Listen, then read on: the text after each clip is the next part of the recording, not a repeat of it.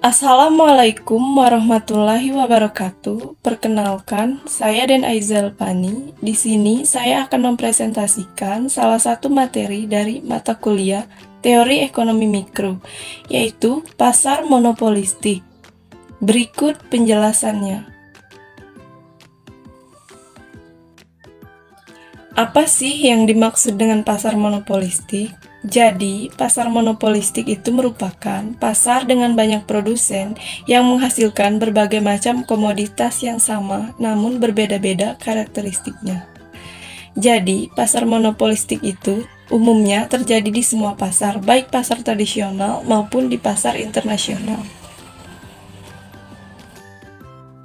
Kemudian berikutnya, adapun ciri-ciri dari pasar monopolistik. 1. Terdapat banyak penjual atau produsen. 2. Adanya diferensiasi produk. 3. Produsen mempengaruhi harga. 4. Produsen dapat keluar dan masuk pasar dengan sangat mudah. 5. Promosi penjualan harus terus aktif. Kelebihan pasar monopolistik. 1. Banyaknya produsen di pasar yang memberikan keuntungan bagi konsumen untuk dapat memilih produk yang terbaik baginya.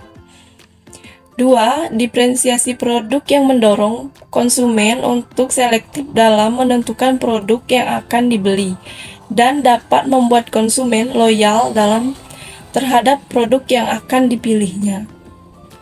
3. Kebebasan keluar masuk bagi produsen. Mendorong produsen untuk selalu melakukan inovasi dalam menghasilkan produknya. 4.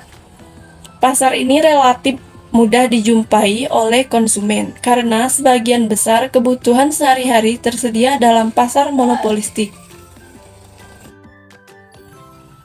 Kelemahan pasar monopolistik. 1. Memiliki tingkat persaingan yang sangat tinggi, sehingga produsen yang tidak memiliki modal dan pengalaman yang cukup akan sangat mudah keluar dari pasar. 2. Dibutuhkan modal yang sangat cukup besar untuk masuk ke dalam pasar monopolistik, karena pemain pasar di dalamnya memiliki skala ekonomi yang cukup tinggi. 3. Pasar ini mendorong produsen untuk selalu berinovasi, sehingga meningkatkan biaya produksi yang akan berimbas pada harga produk yang harus dibayar oleh konsumen. Dalam pasar monopolistik ini ada dua keseimbangan, yaitu yang pertama, keseimbangan perusahaan persaingan monopolistik dalam jangka panjang, seperti yang ada di grafik. Yang kedua, keseimbangan perusahaan persaingan monopolistik dalam jangka pendek, seperti yang ada di grafik di atas. Kemudian, di dalam pasar monopolistik ini terdapat pasar oligopoli dan pasar duopoli. Pasar oligopoli adalah suatu kondisi pasar di mana didominasi oleh sejumlah perusahaan kecil atau suatu pasar terdapat beberapa perusahaan atau penjual di dalamnya, sehingga menghasilkan kompetisi yang terbatas. Kemudian pasar duopoli. Pasar duopoli adalah suatu struktur pasar yang mana di dalam pasar tersebut hanya ada dua perusahaan atau dua produsen yang menjual. Karakteristik pasar oligopoli. 1. Hanya sedikit perusahaan yang terdapat di dalam industri. 2. Produknya homogen atau terdiferensiasi. 3. Pengambilan keputusan yang saling mempengaruhi.